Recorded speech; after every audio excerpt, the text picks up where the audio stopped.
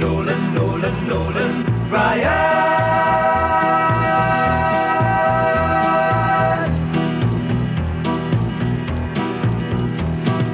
Nolan, Nolan, Nolan, keep the express rolling, keep the legends growing, Ryan.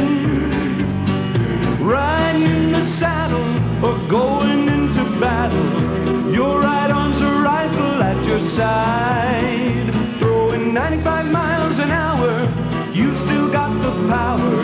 That big heat's still blazing through the sky. A true life Texas hero, stringing up the zeros. 3 up and 3 down, bye-bye. Smoke 'em in, strike 'em out, smoke 'em in, strike 'em out, Ryan. Throw the heat, toss the curve, you have plenty in reserve. Smoke 'em in, strike 'em out, Ryan.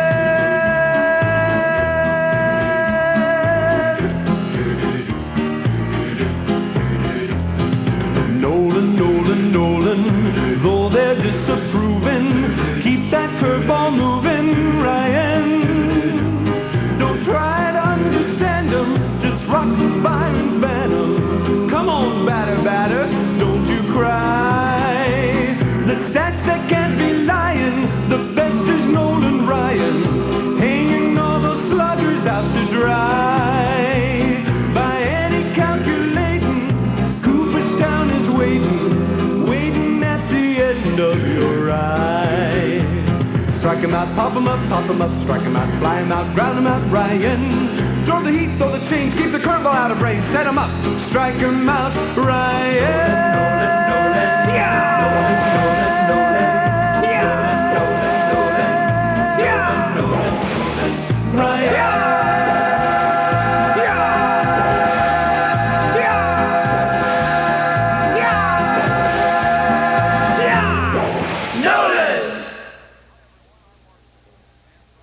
Hi everyone, I'm Mark Holtz, and throughout the history of Major League Baseball, fans have been mesmerized by pitchers who could literally overpower the opposition with their fastballs.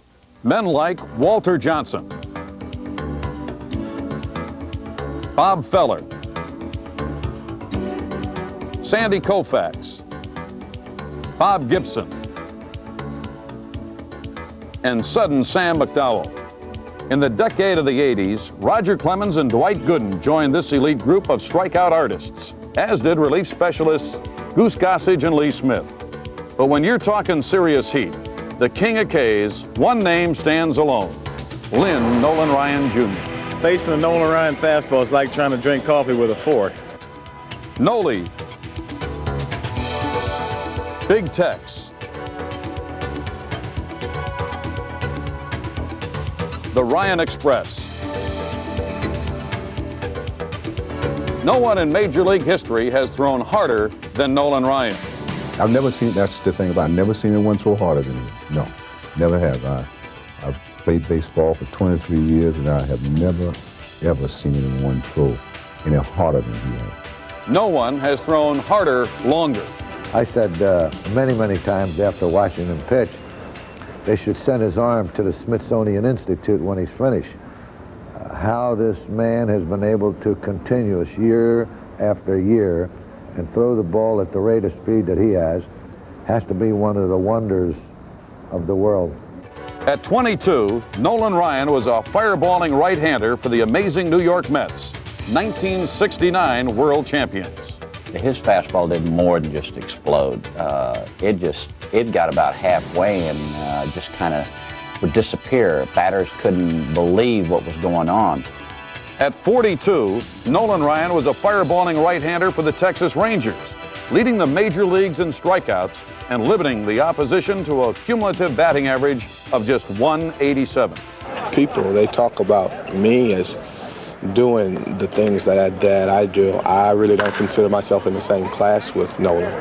Because here, this guy is, he's in his 40s, sorry Nolan, but, and he is out pitching better than anyone in baseball.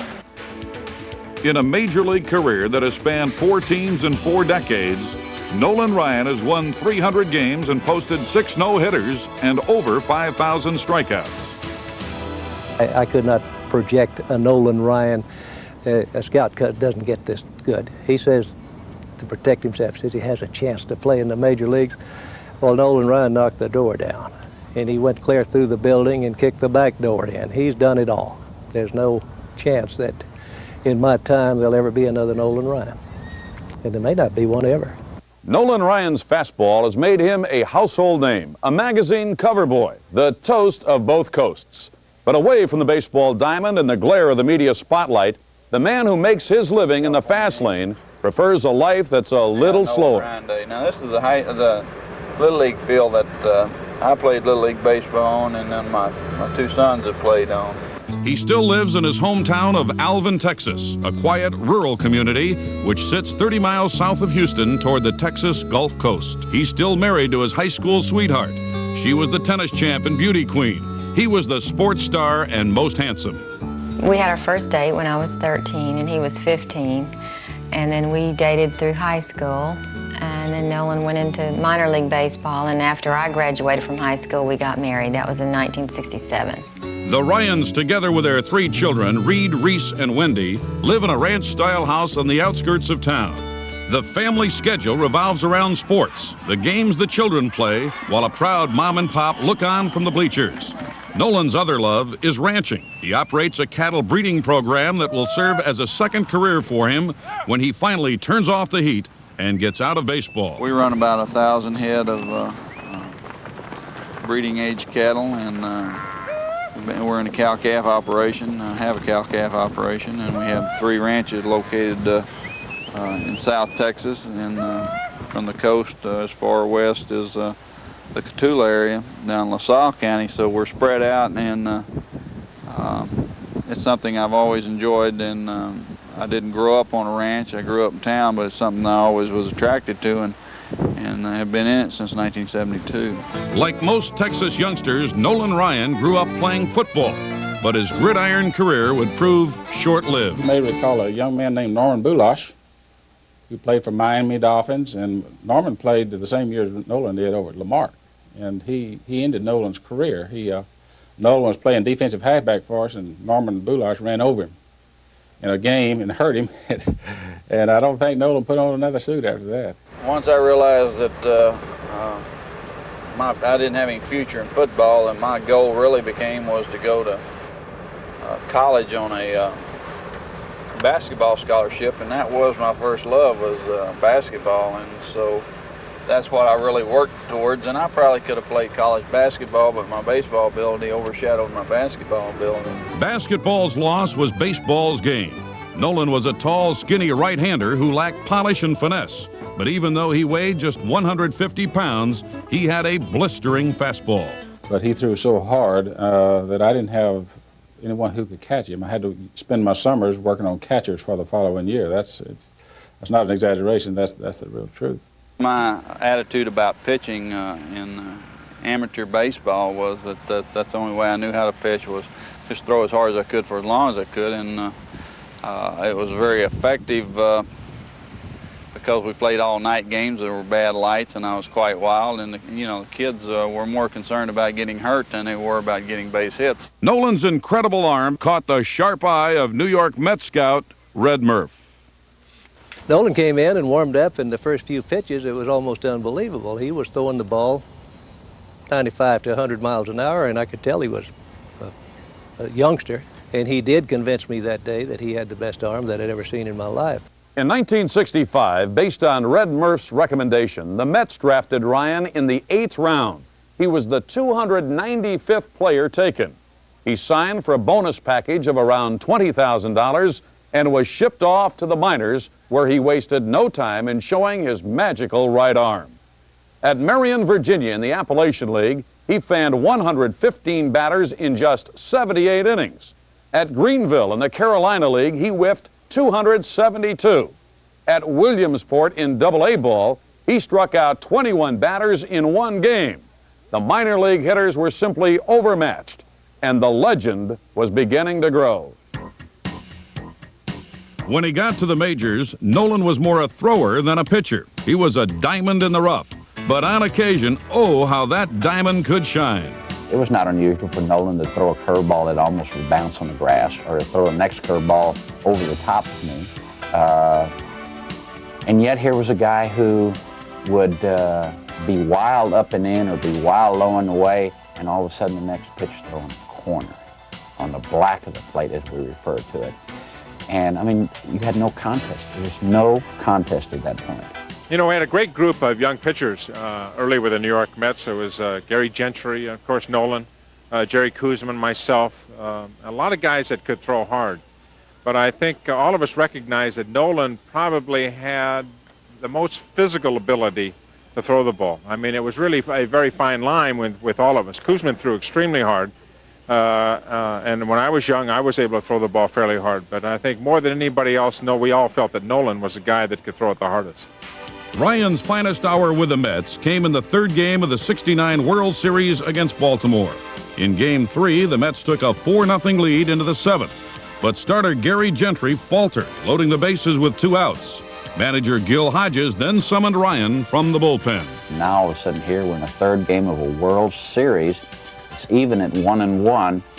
And, you know, here comes Nolan Ryan out of the bullpen, and people are going, oh my goodness, you know, has Gil gone completely off his rocker? And all Nolan did was just completely shut him down. Ryan earned a save and a game ball, but it didn't come easy. Tommy Agee's sensational catch stopped the Orioles in the 7th. And in the 9th, Ryan loaded the bases before fanning Paul Blair to end the game. He got Paul Blair with 2 strikes and threw a curveball at Paul Blair, and Paul Blair's knees buckled. I mean, he just knew this was a fastball that was going to fix him to kill him. And his knees just buckled, and the ball broke across the middle of the plate, and it was all over. Ryan would enjoy other moments of brilliance as a Met, but on a staff dominated by Seaver and Koosman, he couldn't get the innings he needed to develop. In 1972, along with outfielder Lee Stanton and catcher Francisco Estrada and pitcher Don Rose, he was traded to the California Angels for shortstop Jim Fregosi. Manager Del Rice gave Nolan the ball every 4th day and stuck with him. The steady work plus help with mechanics from pitching coach Tom Morgan resulted in a breakthrough season. Against the Red Sox, he struck out 8 consecutive batters. He won 19 games, tossed 9 shutouts, and led the American League in strikeouts with 329. His ERA was a glittering 2.28. Most impressive of all was the number he did on opposing hitters, holding them to a batting average of just 171. Ryan had arrived as one of the dominant pitchers in the game, and 1973 was to be his banner year. On May 15th at Kansas City, Ryan pitched his first Major League no-hitter, blanking the Royals 3-0. As always, he piled on the K's, and the Angels gave him all the defense he needed. Center fielder Bobby Valentine made a nice running grab. Shortstop Rudy Mioli's over-the-shoulder catch was the only close call. To prove that effort was no fluke, Ryan came back on July 15th and no-hit the Detroit Tigers 6-0. On this day, Ryan was truly awesome. His first pitch was a sharp breaking curveball that hit umpire Ron Luciano in the shin. When Nolan has this kind of stuff, the batters are simply overmatched. He struck him out looking. He struck him out swinging. He fanned him with a heat. He got him with a curve. It was no contest as Nolan Ryan rang up 17 strikeouts. He was so overpowering that day, and it was the last man to come to the plate that always sticks out in my mind, and that was the late Norm Cash. Somewhere he went back into underneath the stands or somewhere at Tiger Stadium and came to the plate with a piano leg. And that was it. Instead of a bat, he had a piano leg. And I mean, that's how much in command and how much of a joke that the Tigers were making of it. They said, this guy is just, he's unhittable. Umpire Luciano made Cash use a real bat, but piano leg, table leg, or Louisville slugger, it made no difference as Cash went down to end the game. So a record time strikeout performance, here it comes. He pops it up. A tough play. No-hitter, Nolan Ryan. Ryan has... Of all the no-hitters, I think that one by far was the most dominating. I had probably the best curveball and command of my fastball in that game, more so than, say, any of the others. As the year progressed, Nolan piled on the wins and piled on the strikeouts. and some important records were within reach. I think that my principal goal is to win 20 games, but if I can win 20 games and also set a new strikeout record, I'm definitely going to try. Rube Waddell's American League mark of 349 Ks fell against Texas, and catcher Jeff Torborg's glove was lost in Boston. We were in Boston, and it was very close to the end of the season, and Nolan was pitching, and there was a runner at third base, and all of a sudden he fires a high fastball just up around my shoulder height. I felt it hit the glove, and I hear the crowd roar, and the runner starts at the plate, and I look in my glove. He had thrown it right through the webbing. It broke right through and hit the backstop on a fly. My concern at that point was not that the runner had scored, but what had happened if it were right in front of me, you know? I'd be speaking through my chest. In September, Nolan beat Minnesota for his 20th win. But going into his final start, once again facing the Twins, he was 15 strikeouts shy of Sandy Koufax's Major League season record of 382 Ks. In the beginning, it didn't look like Ryan would make it past the first inning as the Twins got to him for 3 quick runs. But Nolan steadied, and his awesome competitive fire began to burn.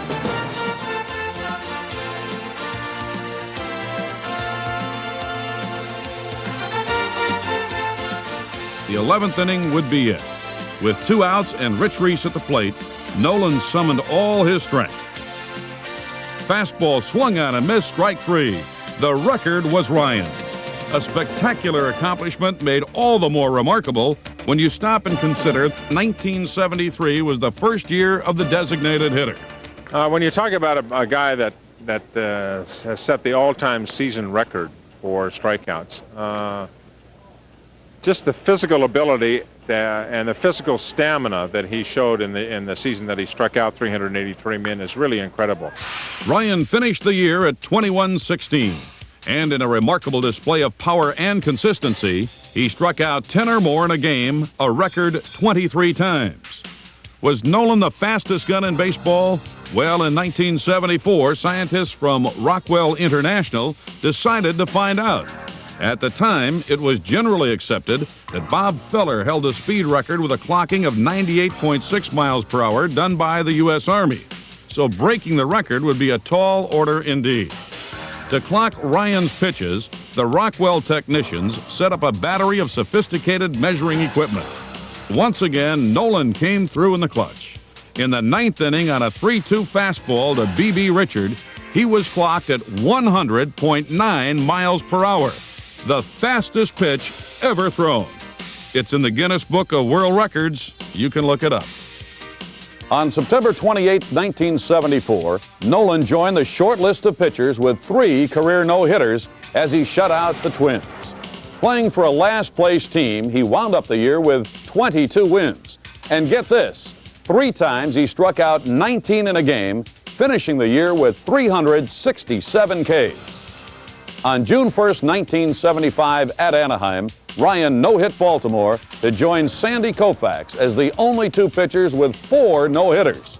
The legend continued to grow. I was riding to the bus in one of my first years in the major leagues, and Oscar Gamble was with us with the Cleveland Indians. We were riding in the bus, and the marquee outside of Anaheim Stadium said, pitching today for the Angels, Nolan Ryan. And Oscar saw the sign along with everybody on the bench, and he said, uh-oh, good day today is 0 for 4 and don't get hit in the head. And, you know, that was kind of the sentiment, just take your 0 for and get out of there. Pitchers with this kind of stuff, you know, can do most anything they want to do, you know. If he got great stuff, you know, he's going to go out there and beat your ball game 1-0. He's going to go out there and probably pitch a no-hitter. After 8 record-setting seasons with the Angels, Nolan Ryan returned to the National League in 1980. He signed a free agent contract with the Houston Astros, and in the process became baseball's first $1 million man. Nolan Ryan had come home. To be able to live at home year-round, I felt like for my family's sake that it was probably for the best interest of them. A year later, as the Astros battled the Los Angeles Dodgers for the Western Division title, baseball's top gun notched another record in his belt. On September 26th in the Dome, with a national television audience hanging on every pitch, Ryan pitched his record 5th no-hitter, shutting out the Dodgers 5-0.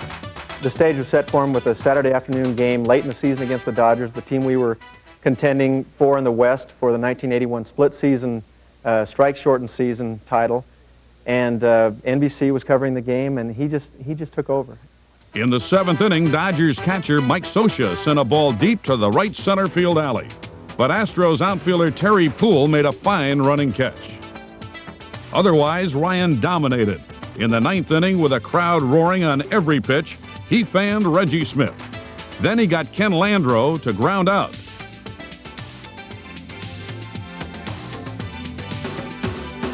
The final batter was the dangerous Dusty Baker. The count was 2-2. Ryan tossed Baker a curveball, and Baker shot a grounder to third. I hadn't had a ground ball yet, and I'm thinking, man, I better not boot this thing if it comes to me. And Dusty Baker was hitting, and sure enough, here comes a ground ball to me, and I treated it like a hot potato. I got rid of it as quickly as I could. I didn't want to hold on to it too long. And it was the first opportunity that my mother got the chance to see one of the no-hitters as she was in the stands that day, and so there were some special things about it that didn't happen in the other ones. 5 no-hitters was a stellar accomplishment, a record some thought might never be broken, except perhaps by Big Tex himself. It's a standard that, to me, will never be eclipsed. And it's very difficult to use that kind of a word in sports when you say never. But I don't think anyone will ever score 100 points in basketball. I don't think anyone will ever have a 56-game hitting streak. And I don't think anybody will ever have 5 no-hitters. Someone may have 6, but he's in Texas now. Ryan won his 200th game on July 22nd, 1982. And now looming on the horizon was another of baseball's most famous standards, Walter Johnson's Major League career record, 3,508 strikeouts.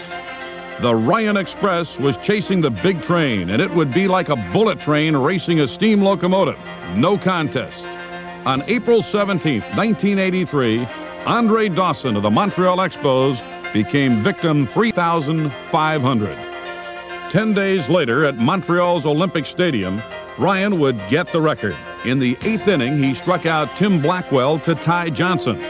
The next batter was pinch hitter Brad Mills. Strike 1. Strike 2.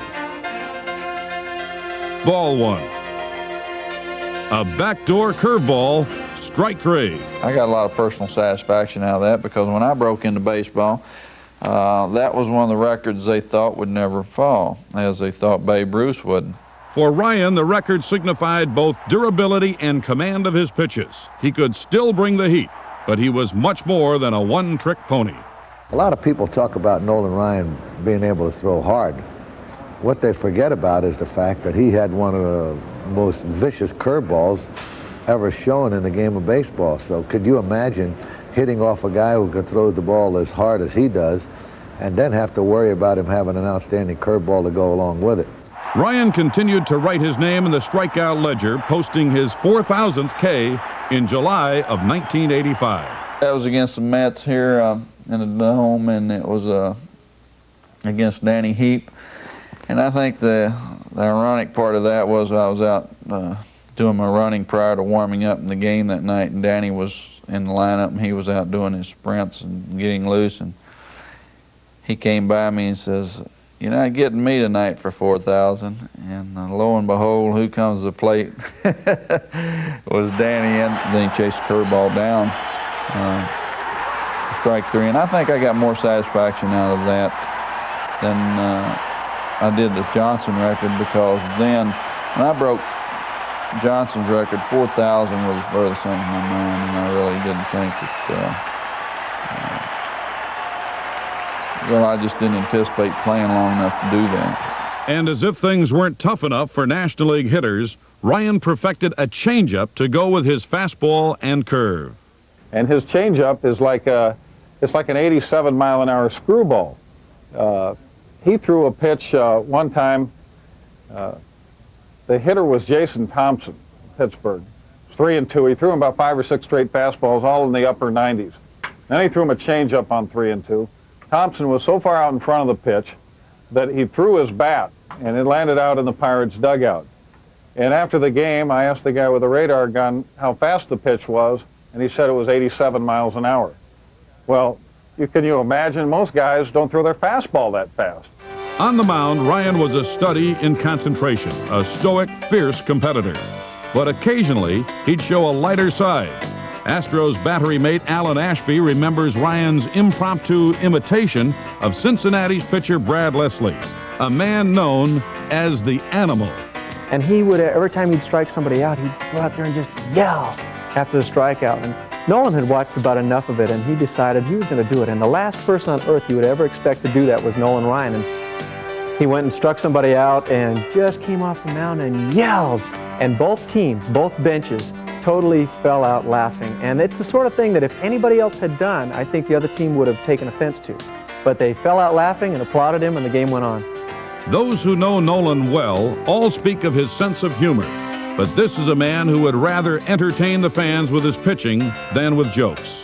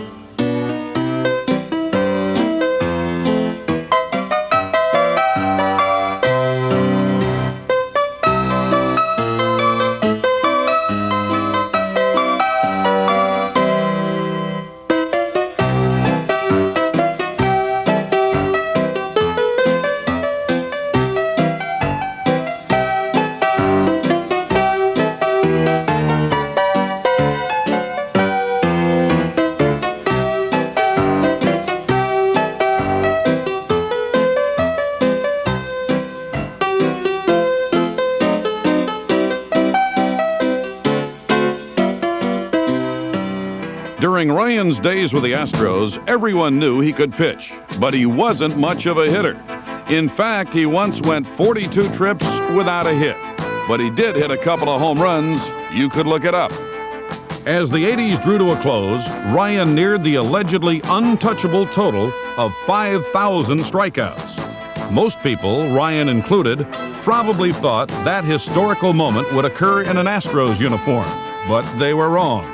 At age 42, starting his 23rd season in the majors, Nolan Ryan found himself headed back to the American League with a new address, Arlington Stadium, home of the Texas Rangers. Unable to reach a new agreement with the Astros, Ryan became a free agent after the '88 season and signed with Texas.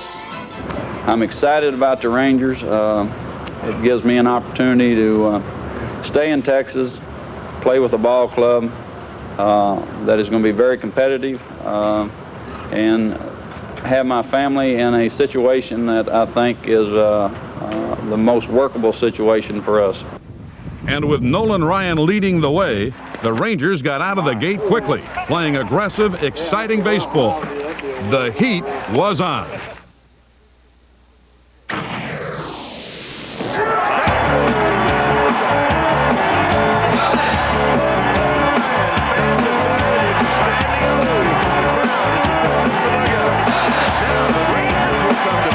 The heat is on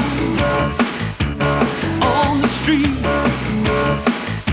inside your head, on every beat, and the beat's alive, deep inside,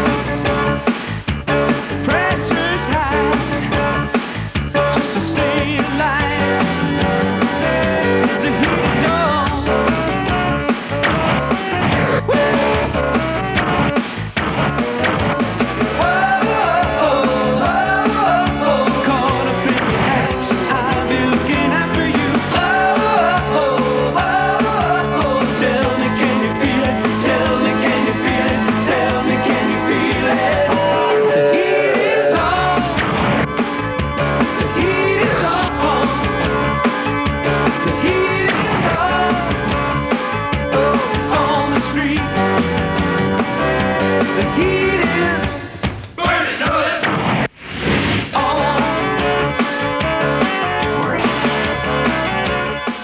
When he's on, Ryan is almost unhittable. He throws a rising fastball that seems to hop over hitters' bats. His curveball seems to fall off the end of a table. Is it real or is it illusion? How does Ryan make major league hitters look so bad? Well, elementary, my dear Watson, it's scientific. Robert Adair, the Sterling Professor of Physics at Yale, explains. It's like many things. Anytime you try to explain something complicated simply, you always lie a little. But here is a way of thinking about it. As the ball goes through the air, the force, resistive force on the ball increases as the velocity increases, indeed about as a square. So as the ball goes twice as fast, the resistive force is 4 times as large, approximately. Now let's say the ball is spinning, and we'll have a Mr. Nolan Ryan fastball, so the ball is spinning as it goes towards you like this. You can see as it goes through the air, the bottom of the ball is going faster through the air than the top. So the forces on the bottom of the ball are larger than the forces on the top of the ball, ergo the ball is pushed upwards by those forces. Let us say that you're all set for the regular, very fast, 90-mile-an-hour fastball of the ordinary pitcher. Now, Mr. Ryan's ball comes at the trajectory, starts out just the direction you're used to from this 90-mile-an-hour fastball. When the ball's half-foot from the halfway to the plate, Mr. Ryan's fastball will be about 1.25 inches higher. Well, that's not very much. When it's 15 feet from the plate, it'll be about 2 inches higher. By the time it crosses the plate, it'll be 4 inches higher and goes hop right over your bat. So his fastball rises in comparison with the trajectory of an ordinary fastball. The Nolan Ryan curveball is much more of a drop than a sideways, and tactically, that's what major league pitchers want to throw, the ball so that it drops. And Valley will have maybe 1,400, maybe even a little more, revolutions per minute in just the opposite direction. So instead of curving 5 inches up, it will curve even more downwards. It'll curve more downwards because it'll be going slower. And the batter who's waiting for the Nolan Ryan fastball, and then that curve comes up, he's got big troubles.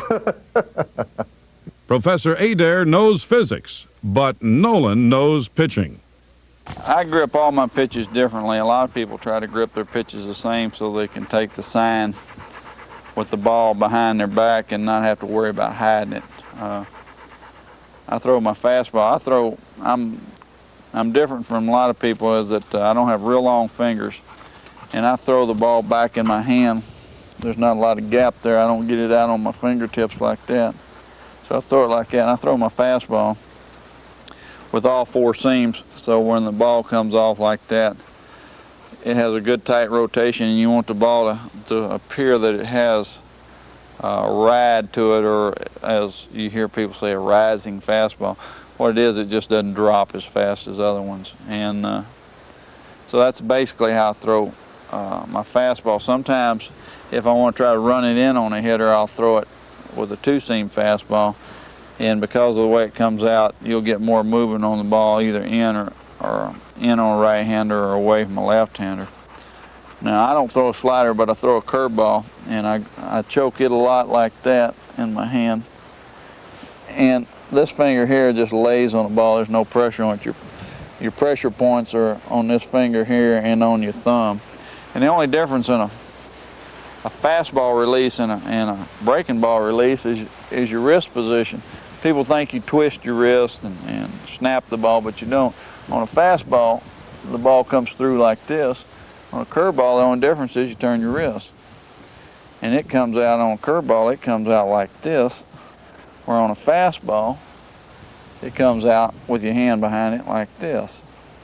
So it's just your wrist position, curveball, to a fastball. Now my changeup, I learned to grip on it. I always had a problem with my changeup throwing it too hard and being inconsistent. Changeup ball needs to be 10 to 15 miles an hour slower than the velocity on your fastball. Really it needs to be 15 and below, but if you throw it down at 10 miles an hour, it's very effective.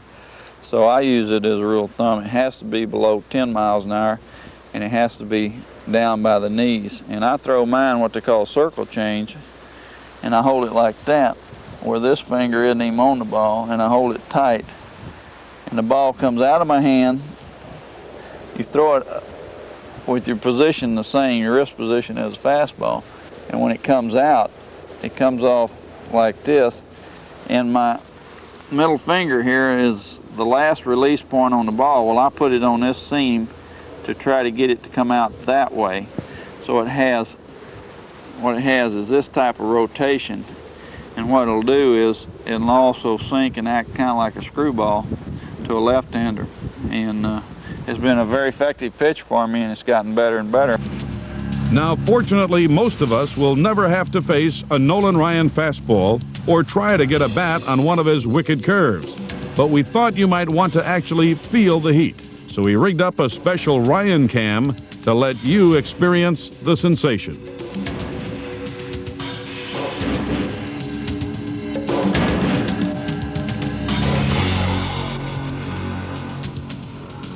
What do you think? Those major league hitters earn their money when they bat against Nolan.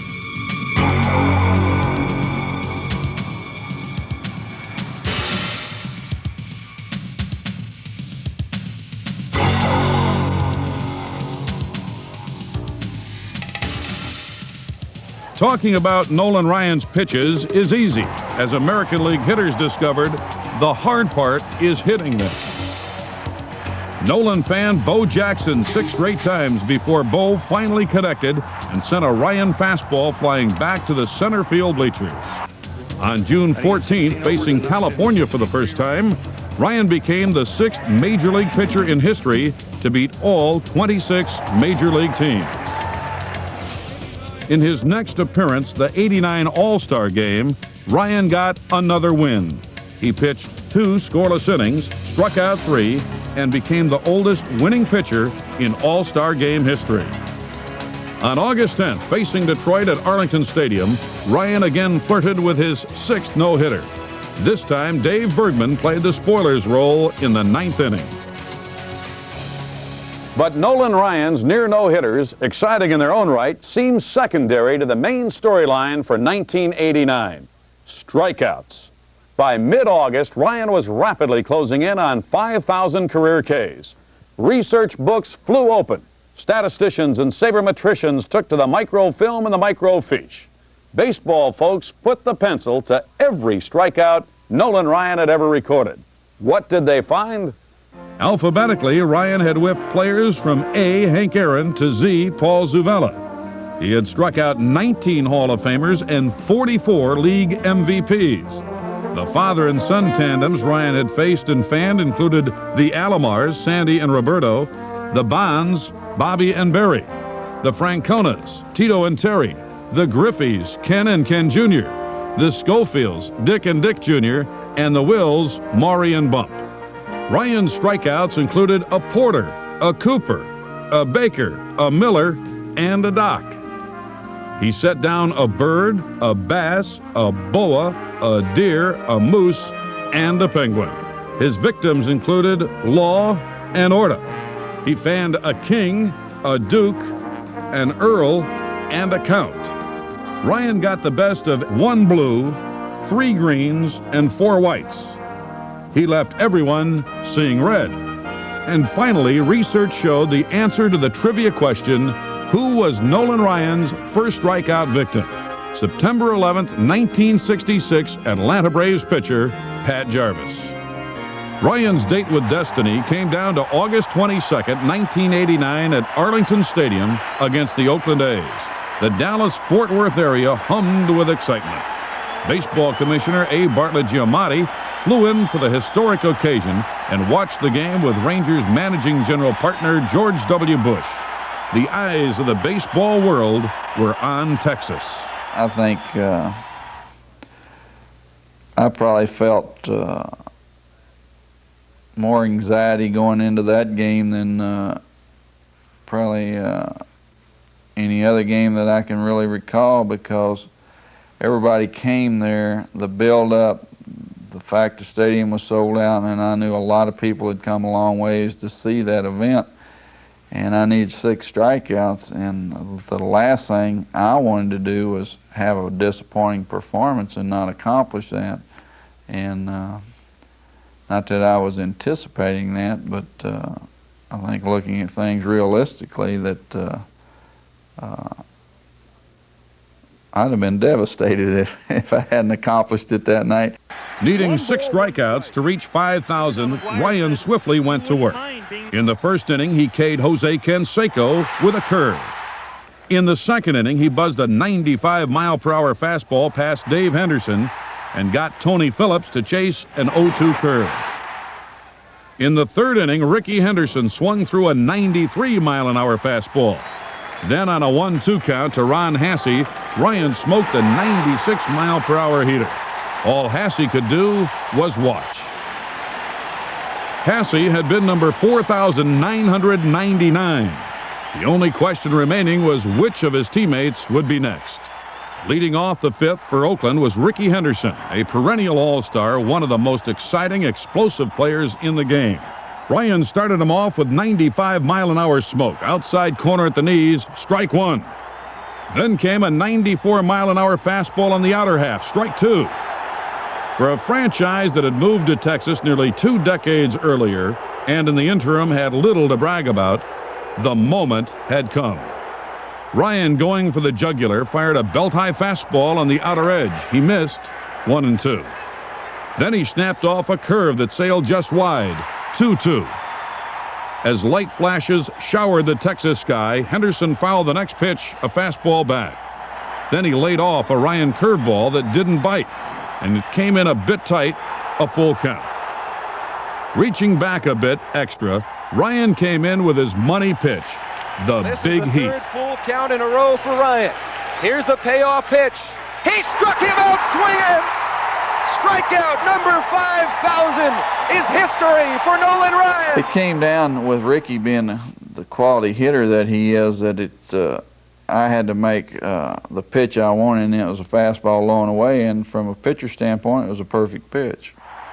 And how did the fastest fastball pitcher of all time react? In true Ryan fashion, he simply doffed his cap. He accepted congratulations from his catcher and his infielders, but his actions made it clear he wanted to play ball. There was still a game to be won, though in fact Texas lost that night 2-0. But the final score wasn't the important number of the evening. 5,000 was. It's a record that hopefully will be broken in baseball, but it's hard to imagine somebody doing it. And what a thrill. I was a 6-year-old kid at the same time I was a 43-year-old owner of the Rangers.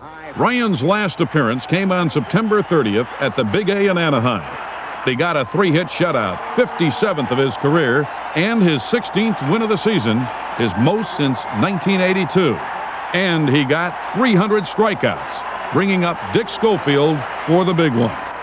It was a great moment, but there would be many more still to come.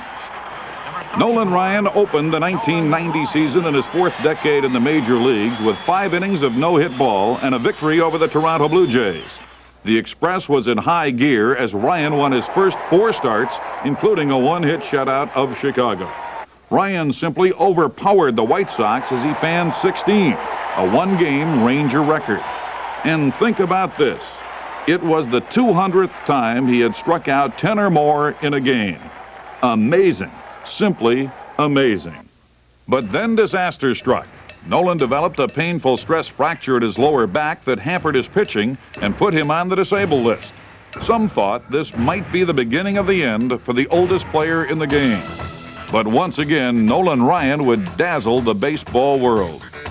On June 11th, he took the mound against the defending world champs, the Oakland A's. Ignoring the pain in his back, Ryan mowed down the A's with a lethal 2-pitch combo, fastball and changeup. In the first, Willie Randolph and Doug Jennings went down swinging. Ron Hasse struck out in the second, and Ricky Henderson fanned in the third. Through 7, Ryan had fanned 11, but more importantly, he had not given up any hits.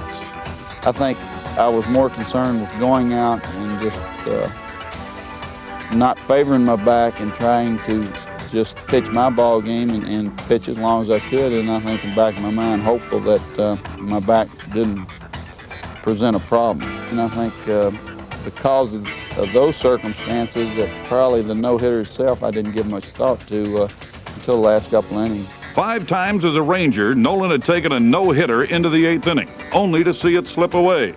But this night would be different. In the 8th, it was 3 up and 3 down. For Nolan, the pitching was easy, but the waiting was tough. In the 9th, the fans were on their feet, and you could feel the electricity in the air. Ryan fanned pinch hitter Ken Phelps, which brought the ever-dangerous Ricky Henderson to the plate. I'd gotten to that point, I was going to do everything within my power to go ahead and throw a no-hitter, and I threw a good curveball and he topped it. And he almost topped it just enough to make a base hit out of it, but Jeff Houston came in and made really, probably, I think, one of the plays in the game. Now only Willie Randolph stood between Ryan and his 6th no-hitter. And he was late on fastball and he fouled it off down the right field line.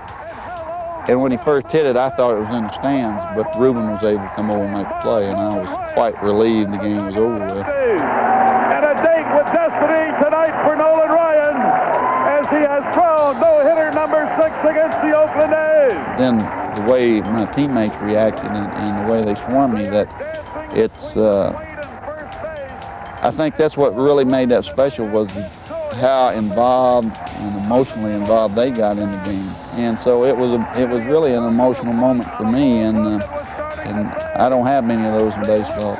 Ryan's 6th no-hitter was one of the great individual feats in the history of baseball.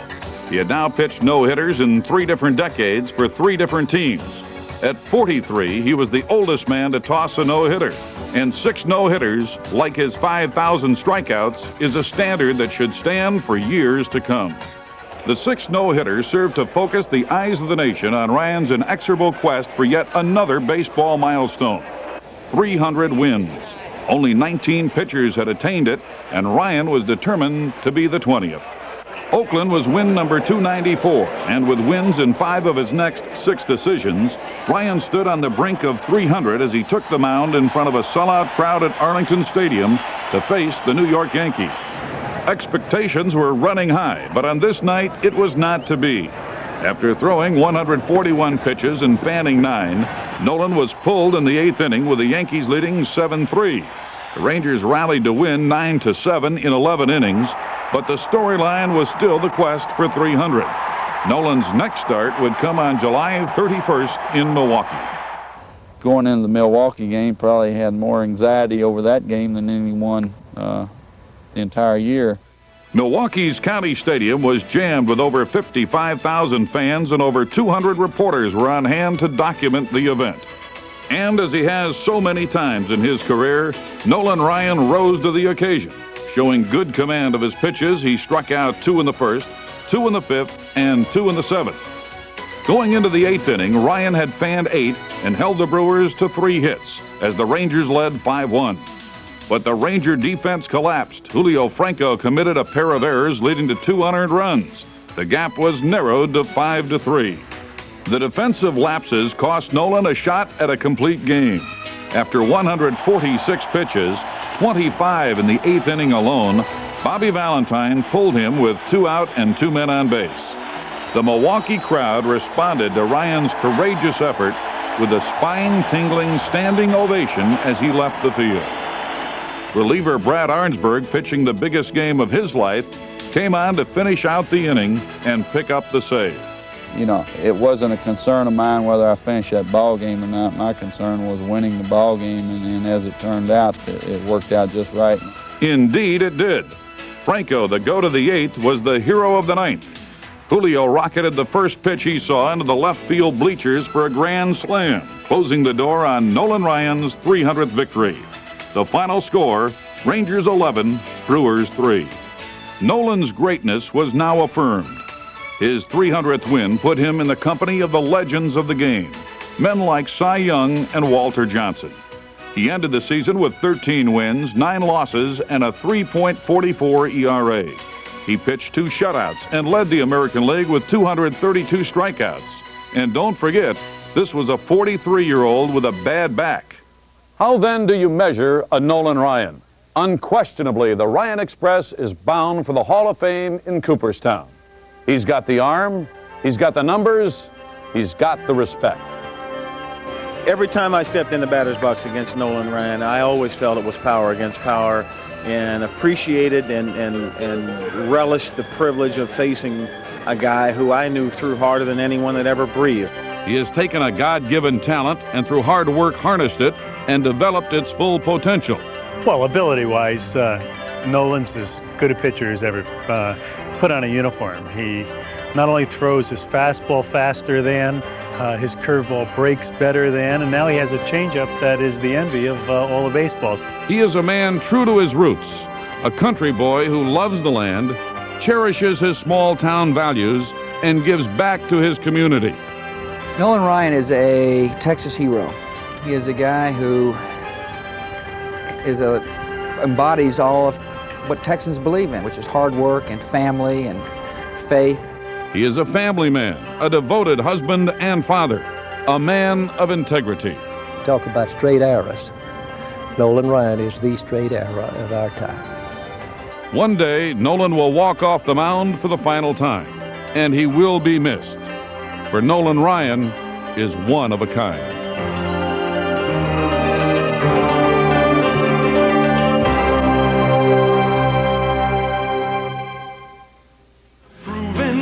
Keep that curveball moving, Ryan. Don't try to understand him, just rock the fire and fan him. Come on, batter, batter, don't you cry. The stats that can't be lying, the best is Nolan Ryan, hanging all those sluggers out to dry. By any calculating, Cooperstown is waiting at the end of your ride. Strike him out, pop him up, strike him out, fly him out, ground him out, Ryan. Throw the heat, throw the change, keep the curveball out of range, set him up, strike him out, Ryan.